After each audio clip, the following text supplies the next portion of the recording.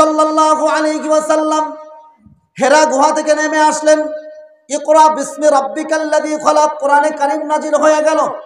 নবীজি সাল্লাল্লাহু আলাইহি সাল্লামকে আল্লাহ রাব্বুল আলামিন বললেন, এবার দাওয়াত দেওয়া শুরু করো। নবীজি সাল্লাল্লাহু আলাইহি সাল্লাম দাওয়াত দিলেন।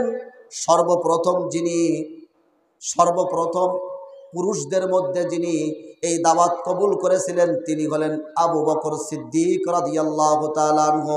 তার বয়স ছিল যখন ইসলাম গ্রহণ করেছেন 36 বছর অথবা 37 বছর। যুবক, ঠিক কিনা? যুবক ওমর রাদিয়াল্লাহু তাআলা আনহু যখন ইসলাম গ্রহণ করেছিলেন তখন তার বয়স ছিল 26 বছর। হযরত আলী মুর্তজা রাদিয়াল্লাহু তাআলা আনহু যখন ইসলাম গ্রহণ করেছিল তখন তার বয়স ছিল 8 বছর। কত বছর বলেন? 8 বছর। আপনি ইতিহাস মন্থন করে দেখেন, পৃথিবীর মধ্যে ইসলাম বিজয় হয়েছে এই যুবকদের মাধ্যমে। এই জন্য যুবকদের যেহেতু শক্তি বেশি, সব কাজ তারা করে, তাদের মেধাও বেশি, সব কিছু যেহেতু ফিটফাট আছে, এই জন্য সবার টেনশন এই যুবকদেরকে নিয়ে। আল্লাহ রাব্বুল আলামিন এই যুবকদেরকে নিয়ে আল্লাহ রাব্বুল আলামিন কয়েকটা ঘটনা কোরআনে কারিমের মধ্যে উল্লেখ করেছেন। যুবক, তোমাকে নিয়ে সবার টেনশন, পদে পদে তোমার ঈমানি পরীক্ষা আসবে, পদে পদে তোমাকে পরীক্ষা করা হবে, পদে পদে তোমার পরীক্ষা আসবে। এইরকম পরীক্ষা আসছিল হযরত আদম আলাইহিস সালামের সন্তান, নাম হলো। ইসলাম বিজয় হয়েছে এই যুবকদের মাধ্যমে। এই জন্য যুবকদের যেহেতু শক্তি বেশি, সব কাজ তারা করে, তাদের মেধাও বেশি, সব কিছু যেহেতু ফিটফাট আছে, এই জন্য সবার টেনশন এই যুবকদেরকে নিয়ে।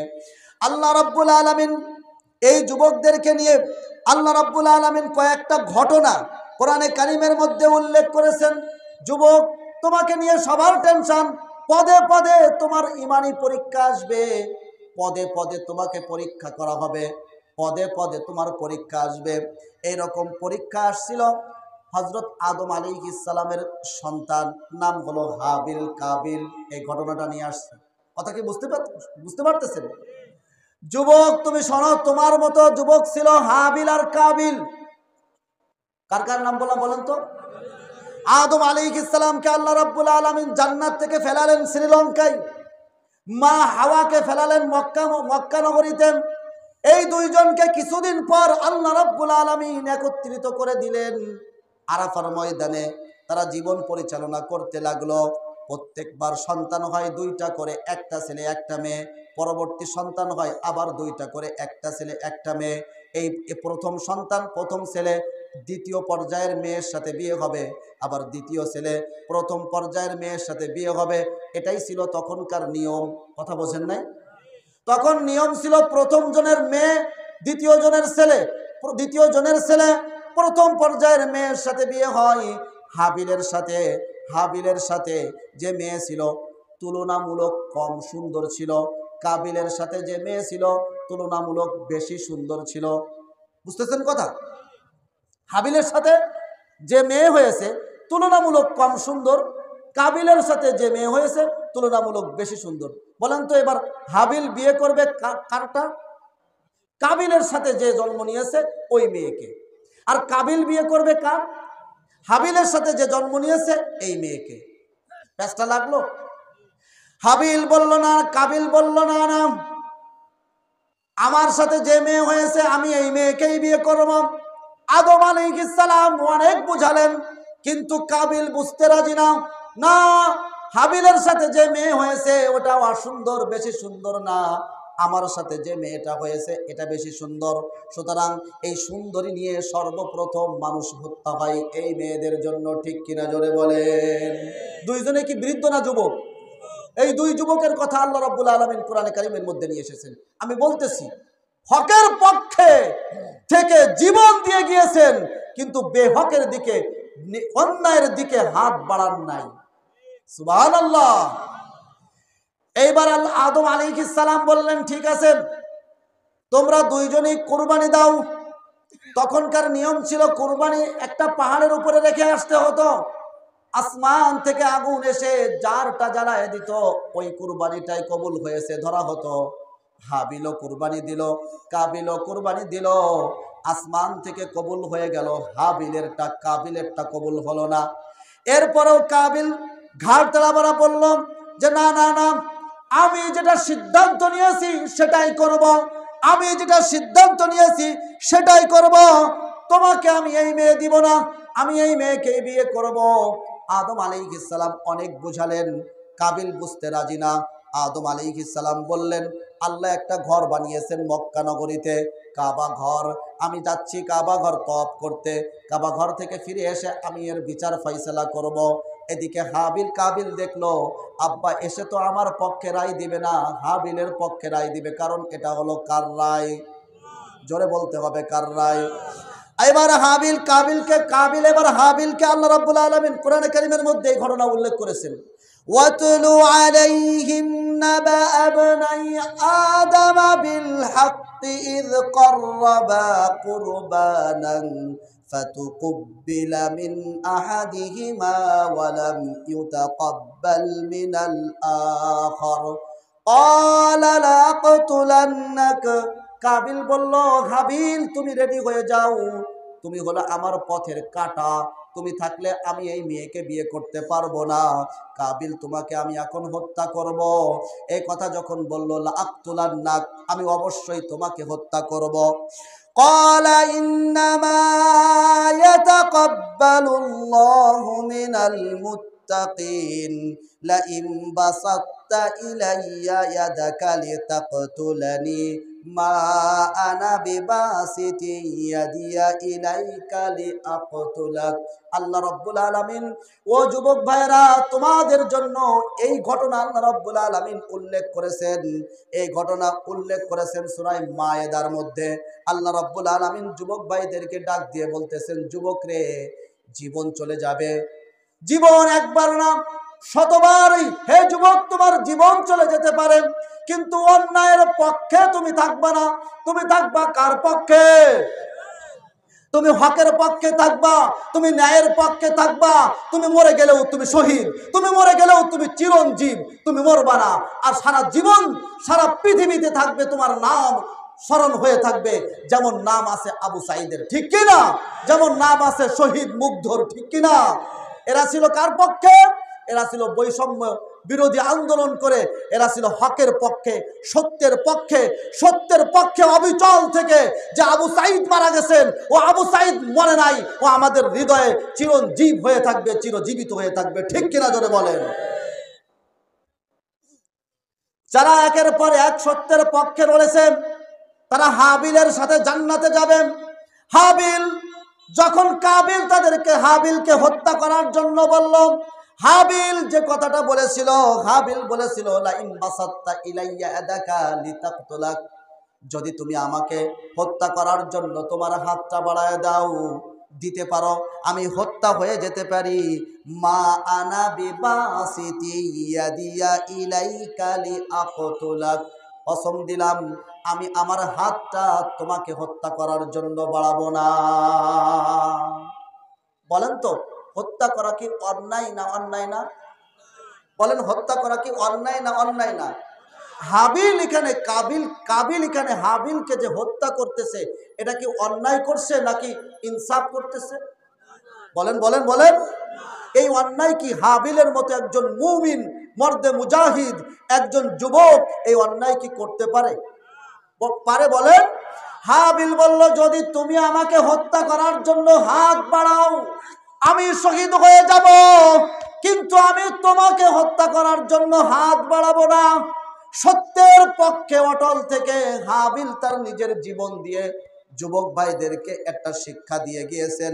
যুবক ভাইরা, তোমরা তোমাদের যৌবনে আসবে, অনেক মানুষ টান দিয়ে হাত টান দিয়ে অন্যায়ের পক্ষে নিবে, অনেক মানুষ আল্লাহর রাস্তা থেকে ফিরে শয়তানের রাস্তায়, তাগুতের রাস্তায় তোমাদেরকে নেওয়ার জন্য প্রত্যেকটা মোড়ে মোড়ে, প্রত্যেকটা রাস্তায়, প্রত্যেকটা ক্ষেত্রে জাল পেতে রেখেছেন।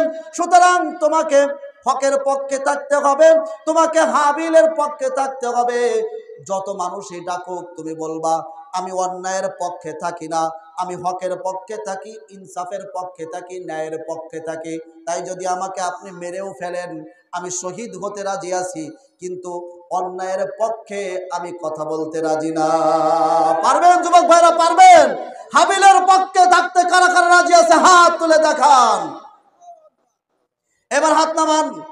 দ্বিতীয় ঘটনা আল্লাহ রাব্বুল আলামিন উল্লেখ করেছেন সূরা সাফফাতের মধ্যে। ইব্রাহিমের নাম জানা না কে কে আছে? জাতির পিতার নাম কি আমাদের? এখন আওয়াজ দেয় না। জাতির পিতার নাম কি? জোরে বলেন তো, জাতির পিতার নাম কি? কিছুদিন আগে আমাদের জাতির পিতা চেঞ্জ হয়ে গিয়েছিল, জানেন আপনারা?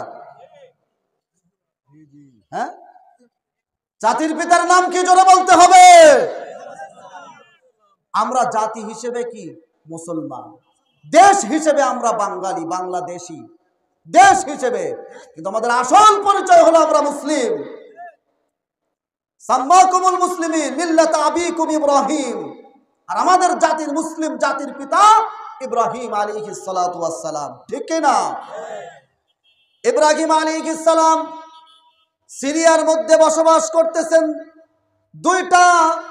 দুইটা বিবি, তার দুইটা স্ত্রী। একজন স্ত্রীর নাম হাজার, আর একজন স্ত্রীর নাম সারা। সন্তান হয় না কোন স্ত্রীর। হযরত ইব্রাহিম আলাইহিস সালামের বয়স ৮৬ বছর। এই যুবক ভাইরা খেয়াল করেন, কান খাড়া করে দেন, আপনাদের জন্য কথা বলতেছি, কান খাড়া করে দেন। দেখেন, আপনাদের বয়সে, আপনাদের থেকেও ছোট বয়সের এক বাচ্চা পৃথিবীর ইতিহাসে স্মরণীয় বরণীয় হয়ে থেকে গেছে আজীবন। তাকে মানুষ, এই যুবক ভাইয়েরা স্মরণ করতে বাধ্য।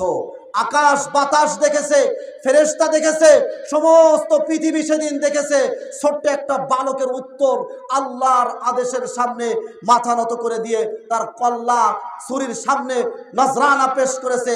আল্লাহর আদেশের সামনে যুবকদেরকে দেখিয়ে গিয়েছে, যুবক, আল্লাহ যেটা আদেশ করবে, আমার জীবন আর সবকিছু চলে যাক, পৃথিবীর তছনছ হয়ে যাক, আল্লাহর আদেশের সামনে আমি অনড় অবিচল থাকবো। আমি এক কিঞ্চিত পরিমাণ, এক কদম পরিমাণ আমি এর থেকে পিছপা হব না। ঠিক কিনা যুবক ভাইরা? ইব্রাহিম আলাইহিস সালাম দোয়া করলেন আল্লাহ রাব্বুল আলামিনের কাছে। ৮৬ বছর বয়স, সকলের ঘটনা জানা আছে। ফের আবার বলতেছি, যাতে যুবক ভাইদের হৃদয়ের মধ্যে এটা গেঁথে যায়। যুবক ভাইরা, আমি হয়তো আর আসবো না, কিন্তু কথাগুলো দিলের কানে শোনেন, এই কান দিয়ে না, দিলের কানে শোনেন। ইব্রাহিম আলাইহিস সালাম আল্লাহর কাছে দোয়া করলেন, রব্বি হাবলি মিনাস সালিহিন। আল্লাহ, ৮৬টা বছর অতিবাহিত হয়ে গেল, আল্লাহ একটা সন্তান হয় না। আমি একজন নবী, একজন রাসূল, আমার পরবর্তীতে এই দাওয়াতের মিশনকে চালু রাখবে, আল্লাহ একটা সন্তান দেন। সন্তানটা মিনাস সালিহিন, একটা সৎ নেককার সন্তান আমাকে দান করবেন। ইব্রাহিম আলাইহিস সালামের হাজারার গর্ভে সন্তান জন্ম হলো, ছোট্ট সন্তান। ইব্রাহিম আলাইহিস সালামের সন্তানের নাম রাখলো ইসমাইল। এই ছোট সন্তান আস্তে আস্তে কয়েকদিন মতো বয়স, আল্লাহ রাব্বুল আলামিন অর্ডার দিলেন, ইব্রাহিম রে, এটা সিরিয়ায় রাখা যাবে না, এটাকে তুমি আরেক জায়গায় রেখে আসো। ইব্রাহিম আলাইহিস সালামের নতুন সন্তান, ৮৬ বছর বয়স। আল্লাহ রাব্বুল আলামিন আদেশ দিয়েছেন, শিরোধার্য আদেশ। আল্লাহ রাব্বুল আলামিনকে বলবেন, আল্লাহ, আমি তো রাস্তা চিনি না। জিব্রাইলকে আল্লাহ পাঠায় দিলেন, যাও রাস্তা চিনায় নিয়ে যাও। এবার রাস্তা চিনায় নিয়ে গেছে। সুজালা সোফালা কোনো এলাকা দেখলে ইব্রাহিম আলাইহিস সালাম জিব্রাইলকে বলতেছেন, ভাই জিব্রাইল দাঁড়ান, এই জায়গায় কি আল্লাহ থাকতে বলেছেন? জিব্রাইল আলাইহিস সালাম বললেন, না না, আরো সামনে। হাঁটি হাঁটি পা পা করে ১০০ বছরের ১০০ মাইল পথ অতিক্রম করে একটা মরুপ্রান্তর, গাছ নাই, লতা পাতা নাই, পানি নাই, কোনো কিচ্ছু নাই, শুধু পাহাড়, পাথরে জমিন আর পাথরে জমিন। ওই জায়গায় জিব্রাইল আলাইহিস সালাম এসে বললেন, ইব্রাহিম রে, নবী ইব্রাহিম খলিলুল্লাহ ইব্রাহিম আপনার সন্তানকে এখানে রেখে যেতে বলেছে। ইব্রাহিম আলাইহিস সালাম সন্তান আর বিবি রেখে এইবার রওনা হয়ে গেছেন আল্লাহর আদেশের সামনে। সন্তান, কয়েকদিনের সন্তান আর বিবি রেখে এইবার রওনা হচ্ছেন কে? ইব্রাহিম আলাইহিস সালাম। এইবার পিছনে দৌড়াচ্ছে মা হাজারা, বিবি হাজারা দৌড়াচ্ছেন, দৌড়ায় বলতেছেন, ও স্বামী আমাকে এই মরু প্রান্তরে রেখে আপনি কই যান? কোনো লতা পাতা নাই, পানি নাই, গাছ নাই, পশু পাখি কিচ্ছু নাই, এখানে তো আমি থাকতে পারবো না। ইব্রাহিম আলাইহিস সালাম হাঁটতেছেন, জবাব দেন না। মা হাজেরা আবার বললেন, এটা কি আপনার আল্লাহর আদেশ নাকি? ইব্রাহিম আলাইহিস সালাম বললেন, মাথা নাড়ালেন। এবার মা হাজেরা বললেন, ইদান লা ইউদাইয়ুনাল্লাহ, যদি আল্লাহর আদেশ হয় আল্লাহ রাব্বুল আলামিন আমাদেরকে মারবেন না। এইবার থাকতে শুরু করলেন। থাকার পর ইব্রাহিম আলাইহিস সালাম আস্তে আস্তে থাকতে শুরু করলেন। ইসমাইল আলাইহিস সালাম মা হাজেরা ইসমাইলকে নিয়ে এইবার আস্তে আস্তে থাকতে লাগতেছেন। কয়েকদিন চলে গেল। ইব্রাহিম আলাইহিস সালাম কতগুলো খেজুর আর একটু পানি দিয়ে গিয়েছিল, সেটা শেষ।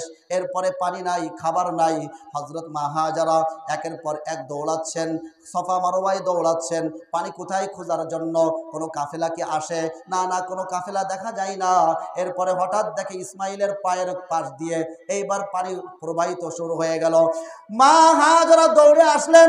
এরপরে সমস্ত পাথর দিয়ে আস্তে আস্তে পানিগুলো চতুর্দিকে পাথর দিয়ে বললেন, জম জম। হিব্রু ভাষায় জমজম মানে থাম থাম, পানি তুই যাস না। এইবার পানি থেকে গেল। তারপর থেকে এই কূপের নাম কি আপনারা বলেন? জমজম কূপ তৈরি হয়ে গেল। এমন কূপ পৃথিবীতে তৈরি করলেন আল্লাহ রাব্বুল আলামিন। এই জমজমের কূপ কোন মুফাসসিরিন একরাম লেখেন, মুহাদ্দিসিন একরাম লেখেন, জমজমের কূপ হলো হাউজে কাউসারের পানি থেকে বেশি বিশুদ্ধ। কেন? নবীজি সাল্লাল্লাহু আলাইহি সাল্লামকে যখন মেরাজে নেয় তখন সিনা চাক করেছিল, বুক ফেড়ে কলিজা বের করেছিল। যে পানি দিয়ে ধৌত করেছিল সেটা হলো জমজমের পানি। এখান থেকে অনেক ঐতিহাসিক বৃন্দ মুহাদ্দিসিন একরাম বলেন যে হাউজে কাউসারের পানি থেকে ওই জমজমের পানি বেশি বিশুদ্ধ। ঠিক কিনা? এরপরে ইসমাইল আলাইহিস সালাম হাঁটি হাঁটি পা পা করে একটু বড় হতে লাগলেন। কেবল 7 বছর, 8 বছর, 9 বছর, 10 বছরে বয়সে উপনীত হয়েছে। আল্লাহ রাব্বুল আলামিন এইবার ইব্রাহিমকে পরীক্ষা নিলেন। ইব্রাহিম, তোমার সবচেয়ে প্রিয় জিনিসটা কুরবানি করো আমার রাস্তায়। ঘটনা সবার জানা আছে। ইব্রাহিম আলাইহিস সালাম উট কুরবানি দিলেন, বিভিন্ন জিনিস কুরবানি দিলেন, কিন্তু একের পর এক এই স্বপ্ন দেখেন। ইব্রাহিম আলাইহিস সালাম ভাবলেন, না না না, আমার সন্তান হলো আমার কাছে সব থেকে প্রিয়। আমার সন্তানকে কুরবানি দেওয়ার আগ পর্যন্ত এটা সফল হবে না। ইব্রাহিম আলাইহিস সালাম সিরিয়া থেকে রওনা হলেন। এরপরে মক্কায় আসলেন। মক্কায় আসার পর ইব্রাহিম আলাইহিস সালাম মা হাজেরাকে বললেন, হাজেরা, তোমার সন্তান ইসমাইলকে একটু গুছায় দাও, দাওয়াতে যাব। ইসমাইল আলাইহিস সালামকে গুছায় এবার রওনা হয়েছেন। যে ইবলিস সন্তান, ইবলিস শয়তান হাজেরার কাছে এসে বললেন, আপনার সন্তান কই নিয়ে যায় জানেন নাকি? কই নিয়ে যায়? তাকে হত্যা করতে নিয়ে যাচ্ছে, জবাই করতে নিয়ে যাচ্ছে। হাজেরা প্রথমে বিশ্বাস করে না। অনেক বলার পর এইবার বললেন, ঠিক আছে, হত্যা করতে, জবাই করতে নিয়ে যাচ্ছে, এটা কি আল্লাহর হুকুম? যদি আল্লাহর হুকুম হয় তা তোর শয়তান কাজ কি? তুই এখান থেকে যা। হাজেরার কাছে পাত্তা পেল না শয়তান। এরপরে আসলো ইসমাইলকে বারবার ধোঁকা দেয়।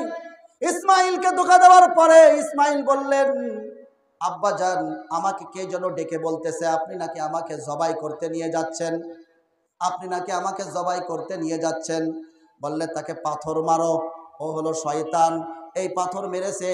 এই পাথর মারার আমলটা আল্লাহ রাব্বুল আলামিনের দরবারে এমনভাবে কবুল হয়েছে, কিয়ামত পর্যন্ত যত হাজী সাহেব যাবেন এখানে পাথর মারা তার জন্য আবশ্যক করে দিলেন। সুবহানাল্লাহ বলবেন না? কি কাহিনী চলতেছে দেখেন। আকাশ বাতাস তাকায় আছে। বাপ বেটা, বাপ নিয়ে যাচ্ছে সন্তানকে কুরবানি দেওয়ার জন্য, আর এই সন্তান কুরবানি হওয়ার জন্য চলে যাচ্ছে। সুবহানাল্লাহ। এইরকম নিদর্শন, এইরকম ঘটনা পৃথিবীর জমিন আর দেখে নাই। এই যে মক্কার যে মিনার যে পাহাড়গুলো, এই ঘটনা আর দেখে নাই। এই আকাশ আর দেখে নাই। এই সূর্য, এই ঘটনা আর দেখে নাই পৃথিবীতে। এই ঘটতে যাচ্ছে এখন এই এমন একটি ঘটনা, পৃথিবীর ইতিহাস স্মরণ থাকবে। এই ঘটনা আল্লাহ রাব্বুল আলামিন কিয়ামত পর্যন্ত স্মরণ রাখবেন, এমন একটা ঘটনা ঘটতে যাচ্ছে।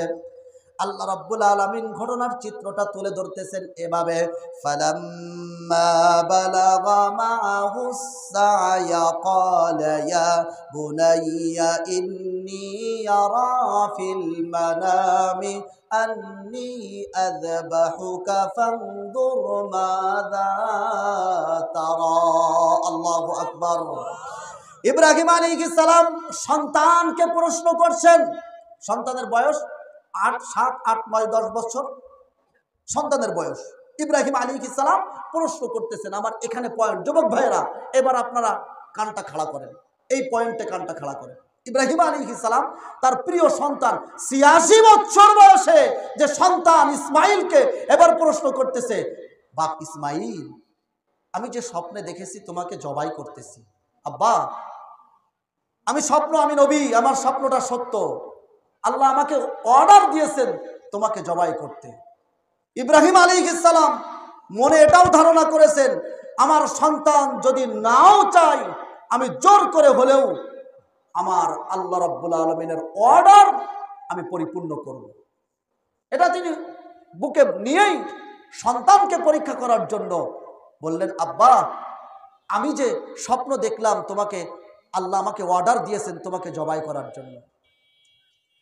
ও যুবক ভাইরা, আজকের আপনার আব্বা যদি আপনাকে নিয়ে এই দিয়ানা উত্তরপাড়ার এই জায়গায় যদি বলে, আব্বা আমি স্বপ্নে দেখেছি আল্লাহ রাব্বুল আলামিন আমাকে অর্ডার দিয়েছেন তোমাকে জবাই করার জন্য, যুবক ভাই এবার আপনি আপনার বুকে হাত দিয়ে বলেন, আল্লাহকে সাক্ষী রেখে বলেন, আল্লাহর অর্ডার, আল্লাহর এই আদেশ শোনার পর আপনি আপনার আব্বাকে কি জবাব দিবেন? কি জবাব দিবে বলেন? বলবে তোর আব্বারও তালাক, তোর আল্লাহরও তালাক, আব্বা তোমারও তালাক, আগে তুমি সব তোমারও জবাই করে নেই, ঠিক কি না? আর বিশ্ববাসীকে জানায় গেছেন হযরত ইসমাঈল আলাইহিস সালাম ছোট্ট যুবক, কেবল তরুণ বয়স, কেবল যুবকের কাছাকাছি বয়স, কেবল হাঁটতে পারে, ভালোভাবে বাপের সাথে চলতে পারে, একটু একটু বোঝা শিখেছে, এমন বয়সের যুবক, এমন বয়সের তরুণ বয়সে যে জবাবটা তার আব্বাকে দিচ্ছেন, তার আব্বা ইব্রাহিমের কলিজা ঠান্ডা হয়ে গেল। সুবহানাল্লাহ। আব্বাকে এবার জবাব দিচ্ছেন, ক্বালা ইয়া আবাতি ফাল মা তুমার সাতাজিদুনি ইনশাআল্লাহু মিনাস সাবিরিন। আল্লাহু আকবার। আব্বাজান, আল্লাহ যেটা অর্ডার করেছে আপনাকে, আপনি সেটা করে ফেলেন। আল্লাহু আকবার। এই তরুণ ভাইয়েরা, যুবক ভাইয়েরা, আল্লাহর অর্ডারের সামনে নিজের মাথাকে নত করে দিলেন, এর নামই হলো মুসলমান।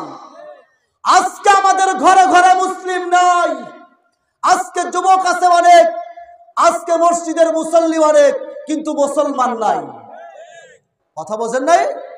আজকে পৃথিবীতে প্রায় 200 কোটি মুসলিম নামধারী লোক আছে, কিন্তু মুসলমান খোঁজা বড় দুষ্কর। মুসলমান কি জিনিস? ইব্রাহিমের কাছ থেকে শেখো। মুসলমান কি জিনিস? ইসমাইলের কাছ থেকে শেখো, এর নাম মুসলমান। হুয়া সাম্মাকুমুল মুসলিমিন। ইব্রাহিম রেখে গেছেন তোমার নাম মুসলমান। কি জিনিস? ইব্রাহিমের কাছ থেকে শেখো, ইসমাইলের কাছ থেকে শেখো।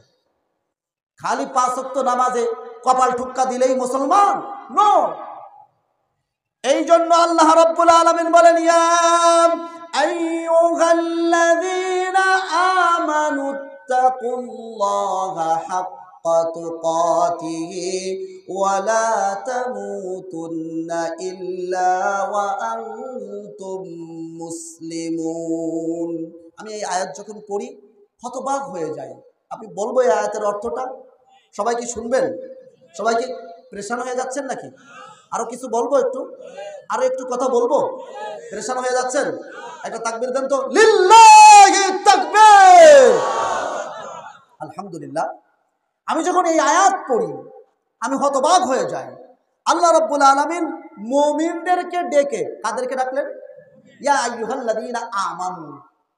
হে ওই সমস্ত ব্যক্তি যারা আমার উপরে, আখিরাতের উপরে, কবরের উপরে, যারা নবী রাসূলদের উপরে বিশ্বাস এনেছো, মুমিন, তাদেরকে আল্লাহ তাআলা বলতেছেন ওয়ালা তামুতুন্না ইল্লা ওয়া আনতুম মুসলিমুন, মুসলমান ছাড়া কবরে যাওয়ার দরকার নাই। ডাকলেন কাদেরকে? ডেকে কি বললেন? জোরে বলেন। আল্লাহর কাছে প্রশ্ন করলাম, আল্লাহ ব্যাপারটা তো বুঝলাম না, আপনি ডাকলেন আমাদেরকে, বলেন না ইয়া আইয়ুহাল কাফিরুন, বলেন না ইয়া আইয়ুহান নাসারা, বলেন না ইয়া আইয়ুহাল ইহুদি। কোন ইহুদি, মুশরিক, খ্রিস্টান, বৌদ্ধ, নাসারা কাউকে ডাকলেন না। আপনি আমাদেরকে, যারা আমরা ঈমান এনেছি, যারা আমরা নিজেকে কি মনে করি? মুসলমান। বলেন বলেন বলেন। নিজেকে মুসলমান মনে করি, আমাদেরকে ডাক দিয়ে আবার বলতেছেন তোরা মুসলমান না হয়ে কবরে আসিস না। কেমন কথা আল্লাহ, আমরা কি মুসলমান না? আল্লাহ বললেন না না, তোমরা মুসলমান না। তার উত্তম দৃষ্টান্ত আমি একটু দেব। 2023 সালের অক্টোবর মাসে হামাস, বর্তমান গাজা, তারা শত বছর না, আপনার ইসরায়েল, সেখানে ব্রিটিশরা ইসরায়েলকে এই ফিলিস্তিনে আনার পর থেকে তারা নির্যাতিত। তাদের বাড়িঘর সব ইহুদিরা দখল করে রয়েছে। তাদের কোনো ইজ্জত নাই, সম্মান নাই, বাড়িঘর কিচ্ছু নাই। এটা তো ঠিক তো? এটা ঠিক তো? গাজা একটা এলাকা, চতুর্দিক দিয়ে ইসরায়েলরা ঘিরে রেখেছে। তাদের মানবিক কোনো অধিকার নাই। তারা পরাধীন একটা কারাগারের মধ্যে বসবাস করে। এখান থেকে বাঁচার জন্য তারা একটা আন্দোলন করলো। এরপরে তারা ইসরায়েলের মধ্যে কিছু লোককে ধরে আনলো, এনে আটকায় রাখলো। যুদ্ধ শুরু হয়ে গেল। প্রায় 1 বছর প্রায় যুদ্ধ হচ্ছে, 15 মাস, 1 বছরের বেশি যুদ্ধ। 15 মাস পরে এখন বর্তমানে বিরতি চুক্তি হয়েছে, ঠিক কিনা? যুদ্ধবিরতি চুক্তি হয়েছে। এখন আসেন এই ঘটনাটা, এখন বলি। এটা হলো আমরা যে মুসলমান নাই সেটা একটু বোঝাচ্ছি। এই চুক্তি হওয়ার পর আমরা দেখলাম যুদ্ধ বন্ধ হয়ে গেছে, বন্দি বিনিময় চুক্তি, বিভিন্ন বন্দি বিনিময় হচ্ছে একের পর এক। তারাও বন্দীদের ছেড়ে দিচ্ছে, হামাসরাও বন্দীদেরকে ছেড়ে দিচ্ছে। হঠাৎ আমেরিকা থেকে একটা ঘোষণা আসলো। কি ঘোষণা? পাগলা ট্রাম্প, পাগল, মাথা ঠিক নাই, সে বলল যে গাজার জনগণকে সেখান থেকে সরে যেতে হবে। এই যুদ্ধ কাদের জন্য? 47,000 মানুষ মুসলমান শহীদ হয়েছে। 47,000, 1.5 লাখের মতো মানুষ আহত। কোনো একটা স্থাপনা আর বাকি নাই, কোনো একটা ঘর, কোনো একটা মসজিদ, কোনো কিচ্ছু আর বাকি নাই। এটা কি আপনারা দেখেছেন না দেখেন নাই? ঘোষণা আসলো আমেরিকার নিউ ইয়র্ক থেকে, গাজায় যারা আসো তারা তোমরা এখান থেকে চলে যেতে হবে। কোথায় যেতে হবে? জর্ডান আর মিশরে। জর্ডান আর মিশরের প্রেসিডেন্ট তারা এটাকে অস্বীকার করলো। ডোনাল্ড ট্রাম্প একটা ঘোষণা দিল যে আমাদের এই আমেরিকা থেকে জর্ডান আর মিশরের জন্য বছরে বিলিয়ন বিলিয়ন অর্থ আমরা সাহায্য দেই, এই সাহায্য দেওয়া বন্ধ করে দিব। এইবার তাদের তোলপাড় শুরু হয়ে গেল। কাদের কন্ত? মিশরের লোক, এরা কি খ্রিস্টান না মুসলমান? জর্ডানের লোক, এরা কি খ্রিস্টান না মুসলমান? বলেন তো এইবার আমাদেরকে খাওয়াই কি টেরাম নাকি আল্লাহ? বলেন তো জর্ডানবাসীদেরকে খাওয়াই কে? বলেন তো মিশরবাসীকে খাওয়াই কে? তারা মনে করতেছে খাওয়াই কে? ও মিশর ও জর্ডানের প্রধানমন্ত্রী, প্রেসিডেন্টকে আমি বলতে চাই, এই ভূমির জন্য তারা যুগের পর যুগ নিজেদের মায়েদের ইজ্জত নষ্ট করেছে। শিশুদেরকে এই রকম হাতের পরে শিশু মারা গেছে, মানবতার জীবন যাপন করেছে। বছরের পর বছর এই ভূমি ছেড়ে দেওয়ার জন্য না, তোমরা এখন তোমরা এখন ভয় পাচ্ছ, যদি আমেরিকা আমাদের সাহায্য বন্ধ করে দেয় আমরা খাবো কি করে? বলেন তো এবার, ঈমান আছে না গেছে? কেন গেছে? এইরকম ভাবে আমাদের প্রত্যেকেরই এই সমস্যা। কিছুদিন আগে আমাদের 5ই আগস্টের পরে, খারাপ লাগতেছে, 5ই আগস্টের পরে আমাদের পাশের নিকৃষ্ট রাষ্ট্র হিন্দু রাষ্ট্র তারা ঘোষণা দিল যে এই বাঙালিদেরকে, বাংলাদেশের মুসলমানদেরকে আমরা এবার মেরে ফেলবো। এই জন্য দেখেন না, এক পাগলা মাঝে মাঝে এসে, থাকবে না বাংলাদেশ, থাকবে না, থাকবে না বাংলাদেশ, থাকবে না, আছে না পাগলা? এই পাগলাটা চেনেন তো আপনারা? এই পাগলাটা দেখেছেন? ভারতের মিডিয়ার এক পাগলা বলে মাঝে মাঝে এসে, থাকবে না বাংলাদেশ, থাকবে না। কই হয়ে যাবে? কই ইন্ডিয়ার অঙ্গরাজ্য হয়ে যাবে। আরে 1971 সালে আমরা রক্ত দিয়ে এই দেশকে স্বাধীন করেছি।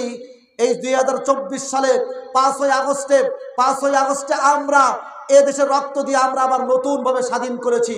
যদি আবার যুদ্ধ লাগে, যদি আবার 71 যদি কায়েম করতে হয়, যদি আবার 24 কায়েম করতে হয়, আমার দামাল, আমার যুবক ভাইয়েরা আবার প্রস্তুত আছে। ঠিক কিনা জোরে বলেন?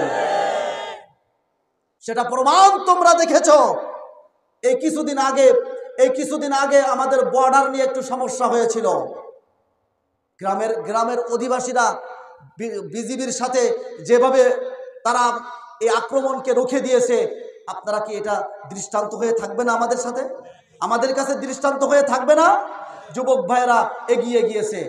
শুধুমাত্র একটা এলাকার যুবক, আমরা পুরো 20 কোটি মানুষ। দেখো না একটু মৌচাকে ঘা দিয়ে, তোমাদের কারো চোখ থাকবে না, তোমাদের কারো হাত থাকবে না। তারা ঘোষণা দিল যে আমরা পেঁয়াজ, আলু, আমরা চিকিৎসা বন্ধ করে দিব। অনেক মুসলমান নেতারা তারা বলেছিল, কি দরকার ছিল এই আগস্ট করার, কি দরকার ছিল এই স্বাধীনতা আনার, এখন আমরা খাবো কি করে? ভাই বলেন তো, মুসলমান ওর কি ঈমান আছে? এই জন্য আল্লাহ রাব্বুল আলামিন মাঝে মাঝে আমাদেরকে স্মরণ করিয়ে দেন, ইয়া আইয়ুহাল্লাযীনা আমানু তাকুল্লাহা হাক্কা তুকাতিহি ওয়া লা তামুতুন্না ইল্লা ওয়া আনতুম মুসলিমুন। হে ঈমানদারগণ, তোমরা মুখে স্বীকার করেছো, বাস্তবিক পক্ষে তোমাদের হৃদয়ে ঈমান নাই। আমি আল্লাহ তোমাদেরকে রিজিক দান করি, ওই হিন্দুস্তান তোমাদেরকে আলু পেঁয়াজ দেয় না, আমি আল্লাহ দেই। ঠিক কিনা? আমি আল্লাহ তোমাদেরকে রোগ দেই, আমি আল্লাহ তোমাদেরকে শেফা দান করি। ওই ভারত কি করে না, তোমাদেরকে শেফা দান করে না। এটা যারা বুঝলো না, আল্লাহ রাব্বুল আলামিন তাদেরকে, ওই সমস্ত ইমানদার নামধারী ইমানদারদেরকে ডাক দিয়ে আল্লাহ বলছেন, তোমরা মুসলমান না হয়ে কবরে আইসো না। পাইছেন যে এরা মুসলমান ঘুরে বেড়াচ্ছে, আসলে এরা মুসলমান না, এরা সব মুনাফিক। ঠিক কিনা? মুসলমানিত্ব শিখতে হবে ইব্রাহিম আর ইসমাইলের কাছ থেকে। ইব্রাহিম আলাইহিস সালাম বললেন, ও আব্বাজান, আল্লাহ রাব্বুল আলামিন অর্ডার করেছেন তোমাকে জবাই করার। এবার ইব্রাহিম আলাইহিস সালামকে ডাক দিয়ে বলেন, আমার আব্বাজান, আপনি আল্লাহ রাব্বুল আলামিন যেটা অর্ডার করেছেন সেটা করে ফেলেন। ধৈর্যশীলদের মধ্যে আমাকে পাবেন। শোনেন আব্বা, আমার হাত পা বেঁধে নিয়েন। আব্বাকে অর্ডার দিচ্ছে, আমার হাত পা বেঁধে নিবেন, আপনার চোখটা বেঁধে নিবেন। কেন সন্তান, আমার চোখ বেঁধে তোমার হাত পা বাঁধবো কেন? আব্বা, যখন আমার কলিজায়, আমার গলায় যখন ছুরি চালাবেন, হয়তো আপনি আমার চোখের দিকে তাকালে আপনি ছুরি চালাতে পারবেন না, আল্লাহর অর্ডার পালন করতে দেরি হয়ে যাবে। আপনি আপনার চোখটা বেঁধে নিয়েন, আমার হাত পা বেঁধে নিবেন, যাতে আমায় জবাই করবেন, প্রাণ যখন বের হয়ে যাবে আমার অজান্তে এইরকম ভাবে হাত পা আপনার গায়ে লেগে বেয়াদবি যাতে না হয়ে যায়। আল্লাহু আকবার।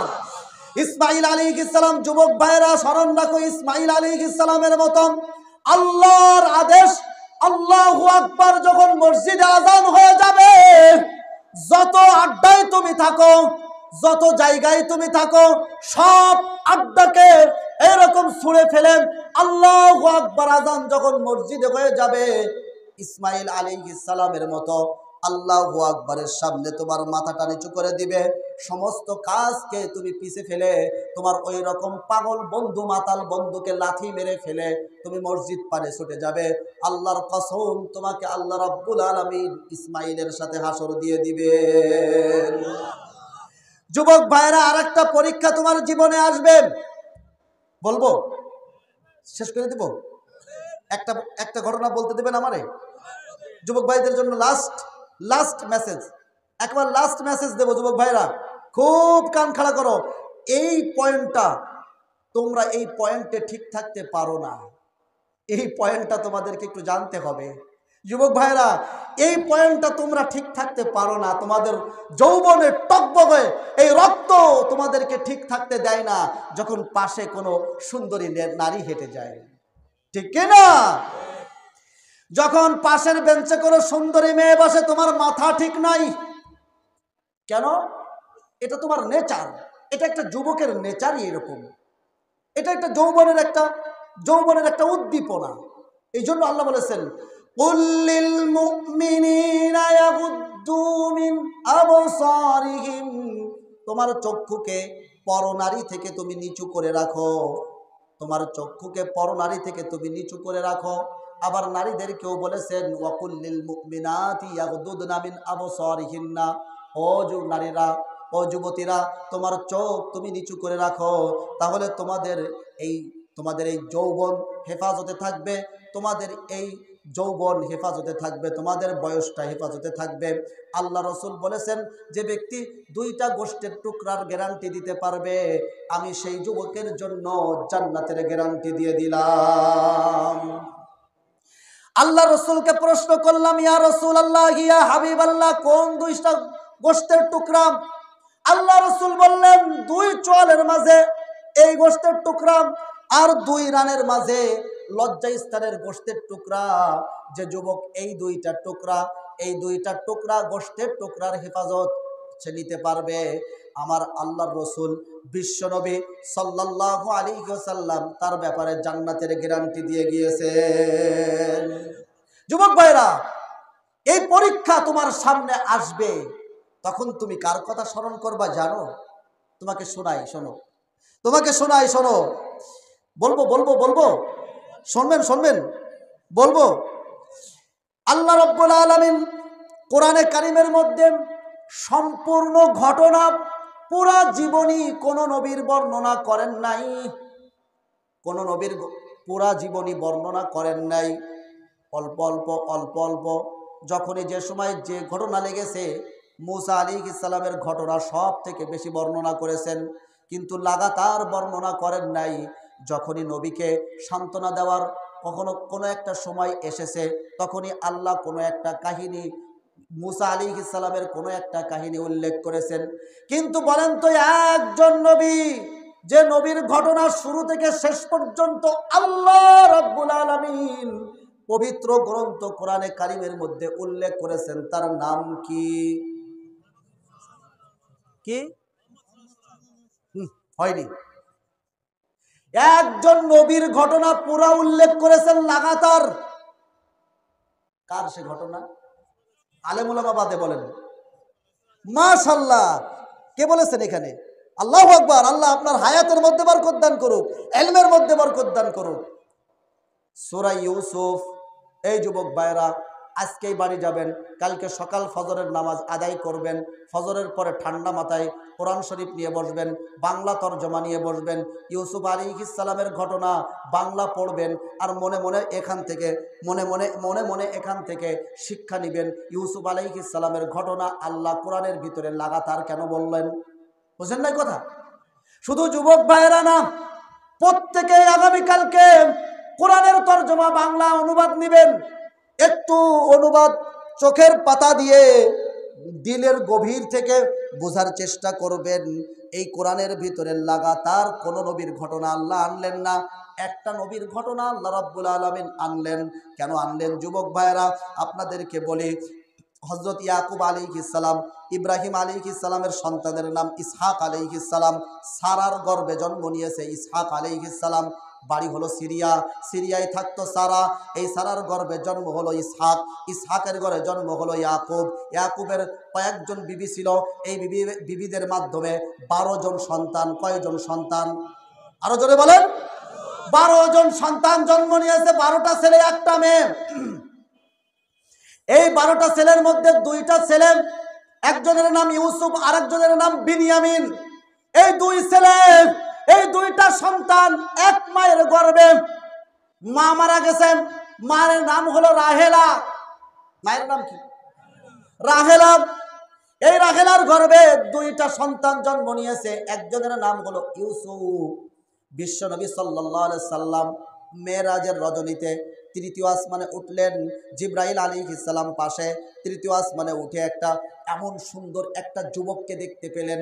বিশ্বনবী সাল্লাল্লাহু আলাইহি সাল্লাম হতবাক হয়ে গেলেন, এমন যুবকের চেহারা তো আর কোনোদিন দেখে নাই। বিশ্বনবী সাল্লাল্লাহু আলাইহি সাল্লাম জিবরাইলকে জিজ্ঞাসা করলেন, এই লোকটাকে? জিবরাইল আলাইহিস সালাম বললেন, এই লোকটাই হলো হযরত ইউসুফ আলাইহিস সালাম। আল্লাহ রাব্বুল আলামিন পুরা দুনিয়ার সৌন্দর্যকে অর্ধেক করলেন, একটা অর্ধেক আল্লাহ রাব্বুল আলামিন পুরা দুনিয়া সাজালেন, আর এক অর্ধেক গিয়ে যাকে সাজালেন তিনিই হলেন হযরত ইউসুফ আলাইহিস সালাম। আল্লাহু আকবার। ইউসুফ আলাইহিস সালাম হাঁটি হাঁটি পা পা করে একটু বড় হচ্ছেন। কিছুদিন পর ইউসুফ আলাইহিস সালাম একটা স্বপ্ন দেখলেন। এই স্বপ্নটা হলো 11টা নক্ষত্র, চন্দ্র, সূর্য তাকে সেজদা করতেছে। আল্লাহ রাব্বুল আলামিন ঘটনাটা এভাবে বলতেছেন, ইয ক্বালা ইউসুফু লিআবিহি ইন্নী রাআইতু আহাদা আশারা কাওকাবান ওয়াশ-শামসা ওয়াল কামারা রাআইতুহুম লি সাজিদিন। আব্বা ইয়াকুব আলাইহিস সালামকে বলছেন, আব্বা আমি স্বপ্নের মধ্যে দেখলাম ছোট্ট শিশু, কেবল তরুণ কিশোর, কিশোর এই ইউসুফ আলাইহিস সালাম স্বপ্ন দেখতেছেন 11টা নক্ষত্র, চন্দ্র, সূর্য তাকে সেজদা করতেছে। আব্বার সামনে বললেন, আব্বা বুঝে ফেললেন আমার পরবর্তী জেনারেশনে যে ব্যক্তি নবী হবে সেই হলো এই ইউসুফ। ইউসুফ আলাইহিস সালামের ব্যাপারে তার আব্বা জানতেন বাকি যে 10 ভাই সৎ ভাই তার হিংসা করে। আব্বা বললেন, না না, তোমরা ওই 10 ভাইকে বলবে না, তুমি ওই 10 ভাইকে স্বপ্নের কথা বলবে না। খেলার ছলে একদিন ইউসুফ বললেন, ও ভাইয়েরা, আমি নাকি একটা স্বপ্ন দেখেছি, এই স্বপ্নটা আবার আব্বা আপনাদেরকে বলতে নিষেধ করেছে। ভাইয়েরা হতবাক, কি রে, বল বল বল, স্বপ্নটা বল। ভাইয়েরা এবার ইউসুফ আলাইহিস সালাম মনের অজান্তে ছোট বাচ্চা স্বপ্নটা বলে ফেললো। বড় ভাইয়েরা বুঝে ফেললো। বড় ভাইয়েরা এবার পরামর্শ গোল মিটিং করলো। সংক্ষিপ্ত আকারে বলতেছি, অনেক লম্বা কাহিনী আপনারা সবাই জানেন। এবার গোল মিটিং পরামর্শ, ইউসুফকে রাখা যাবে না। যদি ইউসুফকে রাখা হয় তাহলে আব্বা আমাদেরকে মোহাব্বত করবে না। ইউসুফ আলাইহিস সালামকে কি করা যায়? এবার সকলে পরামর্শ নিয়ে, একজনের নাম ছিল শামউন, সে বলল একে হত্যা করা হোক। আর একজন বড় ভাই নাম হলো রুবেল, বড় ভাই বলল না না, একে হত্যা করার দরকার নাই, কোনো এক কূপের মধ্যে, জঙ্গলের মধ্যে একটা কূপের মধ্যে নিক্ষেপ করে কিভাবে আব্বার কাছ থেকে নিতে হবে। সবাই গেল আব্বার কাছে, বলল আব্বা আমরা তো 10 জন যুবক ভাই, আমাদের সাথে আপনি ইউসুফকে পাঠান না কেন? আপনি ইউসুফকে পাঠান। ক্বালু লা ইন আকালাহু যিবু ওয়া নাহনু উসবা। ইয়াকুব আলাইহিস সালাম বললেন, আমার ভয় হয় তোমরা অন্যদিকে মনোযোগ থাকবে, ইউসুফকে কোনো এক নেকড়ে বাঘে খেয়ে ফেলবে। ভাইয়েরা বলল, ক্বালু লা ইন আকালাহু যিবু, যদি নেকড়ে বাঘে ইউসুফকে খেয়ে ফেলে, অথচ আমরা যুবক, 10 জন যুবক ভাই, আপনি আমাদেরকে কি পাগল মনে করেছেন? এইবার ইউসুফকে নিয়ে চলে গেল। ইউসুফকে নিয়ে যাওয়ার সময় আস্তে আস্তে আস্তে আস্তে জঙ্গলের মধ্যে যাচ্ছে। এইবার ইউসুফকে মারধর শুরু করেছে ভীষণভাবে ভাইয়েরা আঘাত করতেছে। ইউসুফ খালি কান্দে আর চিৎকার করে, আমাকে কেন মারো? ভাই মারি কারণ তোর বাপ তোরে বেশি ভালোবাসে। কেন? হিংসা আছে আমাদের সমাজে, এরকম হিংসা আছে না নাই? হ্যাঁ, হিংসা আমাদের সমাজে। গতকালকের হাদিস আল্লাহ রসুল বলেন, শবে বরাতের দিন আল্লাহ রাব্বুল আলামিন প্রথম আসমানে চলে আসেন। ইয়াগফিরুল্লাহু লিজামিই খালকিহি, আল্লাহ রাব্বুল আলামিন तमाम মাখলুকাতকে maaf করে দেয়, ইল্লা লিমুশাহিন আও মুশরিকিন, শুধুমাত্র হিংসুককে আর মুশরিককে maaf করে না। হিংসা এটা মানুষের এমন একটা গুনাহ। হিংসা হলো একটা আগুন, এই গুনাহটা হলো একটা আগুন, এই আগুনে তার যাবতীয় নেক আমল পোড়ায় ভস্ম করে দেয়। হিংসা যার ভিতরে সামান্য পরিমাণ আছে সে জান্নাতে প্রবেশ করবে না। ভাইয়েরা হিংসা করলো, মেরে তাকে কূপের মধ্যে নিক্ষেপ করলো, কূপের মধ্যে পড়তেছেন। আর ইউসুফ আলাইহিস সালাম দেখতেছেন আমার আব্বা নাই। আল্লাহর দিকে মনোযোগ হয়ে আল্লাহকে ডাক দিয়ে বললেন আল্লাহ। সবাই বলেন আল্লাহ। আল্লাহ রাব্বুল আলামিন জিবরাইলকে ডাক দিয়ে পাঠায় দিয়ে বললেন যাও যাও জিবরাইল, ইউসুফ আলাইহিস সালাম আমার দোস্ত ইউসুফকে কূপের মধ্যে ফেলাচ্ছে, আমার নবী কূপের মধ্যে পানির মধ্যে ডুবে যাবে, যাও একটা পাথর নিয়ে যাও, পাথরটা ওই কূপের উপরে দাও। কূপের উপরে পাথরের উপরে ইউসুফ আলাইহিস সালাম কয়েক রাত্র কাটালেন। ইউসুফ আলাইহিস সালাম অন্ধকার কূপের মধ্যে কান্নাকাটি করে। আল্লাহ রাব্বুল আলামিন বললেন ওয়া আউহা ইলাইহি লাতুনাব্বিআন্নাহুম বিআমরিহিম হাযা ওয়া হুম লা ইয়াশউরুন। যুবক ভাইরা খুব খেয়াল করেন, কোন বিপদে যদি ধৈর্য ধারণ করেন আল্লাহ রাব্বুল আলামিন এই বিপদ থেকে আপনাকে উদ্ধার করবে, করবে না, শুধু করবে না, যদি ধৈর্য ধারণ করেন, অবিচল থাকেন আল্লাহর হুকুমের উপরে, আল্লাহ রাব্বুল আলামিন এই ধৈর্য থেকে আপনাকে বিপদ মুক্তি তো করবেনই করবেন, আপনার নামটা ইতিহাসের পাতায় লিখে দিবেন। সুবহানাল্লাহ। ইব্রাহিম শেষ করে দেব আর অল্প একটু বলে শেষ করে দিয়ে যুবক ভাইরা, ইউসুফ আলাইহিস সালাম কি হলো, কূপের মধ্যে থেকে ইউসুফ আলাইহিস সালাম এবার এক কাফেলার সাথে কূপ থেকে উঠে গেল, উঠে মিশরে যাওয়ার পরে মিশরের দ্বিতীয় সেকেন্ড পজিশন আজিজে মিসর, তার ঘরে লালিত পালিত হতে শুরু করলো। তার বিবি নাম কি জুলাইখা। এই বিবির সাথে, বিবি হলো বিশ্ব সুন্দরী তখনের, এই জুলাইখার ইউসুফ আলাইহিস সালামের সৌন্দর্য, ছোট্ট ইউসুফ আসছে আস্তে আস্তে তার ঘরেই সেই লালন পালন করে আস্তে বড় করেছে। একটা সময় এই যুবক ভাইরা আপনাদের যৌবনের পরীক্ষা আসতে পারে ইউসুফের মতো, প্রত্যেকটা সেকেন্ডে যৌবনের পরীক্ষা আসতে পারে। আপনি এই মোবাইল চালাবেন, এই মোবাইলের মধ্যেই যৌবনের পরীক্ষা আপনার আসতে পারে। ফেসবুক চালাবেন, বিভিন্ন সময় বিভিন্ন উলঙ্গ ছবি আপনার সামনে আসতে পারে, যৌবনের পরীক্ষা। কোনো সময় দেখবেন বিভিন্ন নারীরা আপনাকে বিভিন্ন সময় বিভিন্ন জাল বুনবে, নারীরা আপনার দিকে, নারীরা বিভিন্ন সময় বিভিন্ন চিঠি, বিভিন্ন মেসেজ, বিভিন্ন চ্যাট করতে চাইবে। আপনাকে এই যৌবনের পরীক্ষা দিতে হবে, ইউসুফ আলাইহিস সালামের মতো এই যৌবনের পরীক্ষায় আপনাকে উত্তীর্ণ হতেই হবে। ঠিক কিনা যুবক ভাইরা? ইউসুফ আলাইহিস সালাম যুবক বয়সে পৌঁছে গেলেন, জুলাইখার ভালো লেগে গেল, যৌবনের পরীক্ষা ইউসুফের শুরু হয়ে গেল। ইউসুফ আলাইহিস সালামকে একেবারে নিকটে পেতে ইউসুফ আলাইহিস সালামকে জুলাইখা তার দাসীর মাধ্যমে ঘরের মধ্যে আনলেন। এমন একটা ঘর জুলাইখার, সেখানে পৌঁছাতে 7টা দরজা লাগে, এই 7টা দরজা বন্ধ করে দেওয়া হলো। ইউসুফ আলাইহিস সালাম ভিতরে ঢুকলেন। ইউসুফ আলাইহিস সালাম বললেন আমি আল্লাহকে ভয় করি। তাকে এই যুবক ভাইরা, কেউ দেখে না, কোনো জায়গায় কেউ দেখে না, কিন্তু কে দেখে? আরে কেউ যখন দেখে না তখন দেখে কেন? এই যে জুলাইখার মধ্যে, এখানে এই ঘরের মধ্যে ইউসুফ আর জুলাইখা ছাড়া আর কেউ ছিল না, কিন্তু আরেকজন ছিলেন। তিনি কে? যিনি দেখতেছিলেন তিনি কে? আল্লাহর রাসূল বলেন, যুবক ভাইরা এই কথাটা স্মরণ রাখেন, কিয়ামতের মাঠ আপনার আব্বা আপনাকে চিনবে না, আপনার দাদা আপনাকে চিনবে না, আপনি বড় একা একা, শুধুই একা, আপনার সন্তান আপনাকে চিনবে না, আপনার মেয়ে আপনাকে চিনবে না, আপনার বউ আপনাকে চিনবে না। যে মাঠটা কেউ কাউকে চিনবে না, সেই মাঠে যদি ধরা খেয়ে যান, এই পাকড়াও হয়ে যান, এখান থেকে খারেজ হওয়ার, এখান থেকে খালাস হওয়ার আর কোনো সুযোগ নাই। সেই রকম ময়দানে আল্লাহর আরশের ছায়ার নিচে যাদেরকে আল্লাহ রব্বুল আলামিন ছায়া দিবেন, তার মধ্যে একজন হলো, খুব খেয়াল করেন, একজন হলো রাজুলুন তলাবাতহু ইমরাতুন যাতু মানসাবিন ওয়া জামালিন ফাকালা ইন্নী আখাফুল্লাহ। ও যুবক ভাইরা, আল্লাহ রাব্বুল আলামিন 7 শ্রেণীর মানুষের ছায়া দিবেন, তার আরশের নিচে ছায়া দিবেন, মেহমানদারি করাবেন।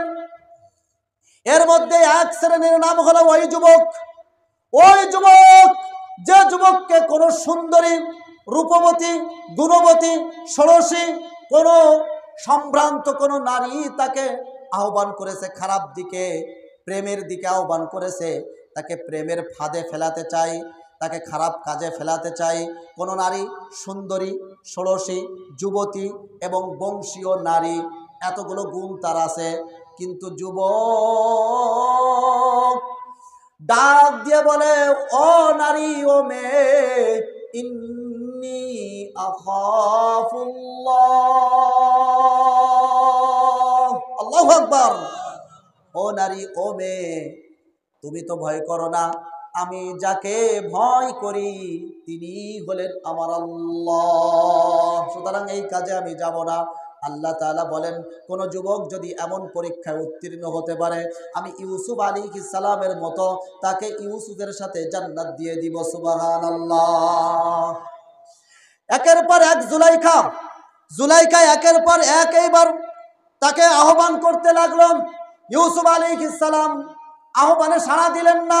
ইউসুফ আলাইহিস সালাম বললেন, আমি ইন্নী আখাফুল্লাহ, আমি আল্লাহকে ভয় করি। তারপরও জুলাইখা কাপড় চোপড় খুলে তাকে আহ্বান করতে লাগলো। ইউসুফ আলাইহিস সালাম আকৃষ্ট হতে যাবেন, হয়ে গিয়েছিলেন প্রায়, কিন্তু আল্লাহ রাব্বুল আলামিন নিদর্শন দেখালেন। কোরআনে কারীম সেটা বর্ণনা করেন কিভাবে? কোরআনে কারীম সেটা বর্ণনা করেন, ওয়ালাকাদ হাম্মাত বিহি ওয়া হাম্মা বিহা লাউলা আররা বুরহানা রাব্বি। জুলাইখা ইউসুফের প্রতি আকৃষ্ট হয়ে গেল। ইউসুফও আকৃষ্ট হয়ে যেত যদি না আমি ইউসুফের সামনে নিদর্শন দেখাতাম।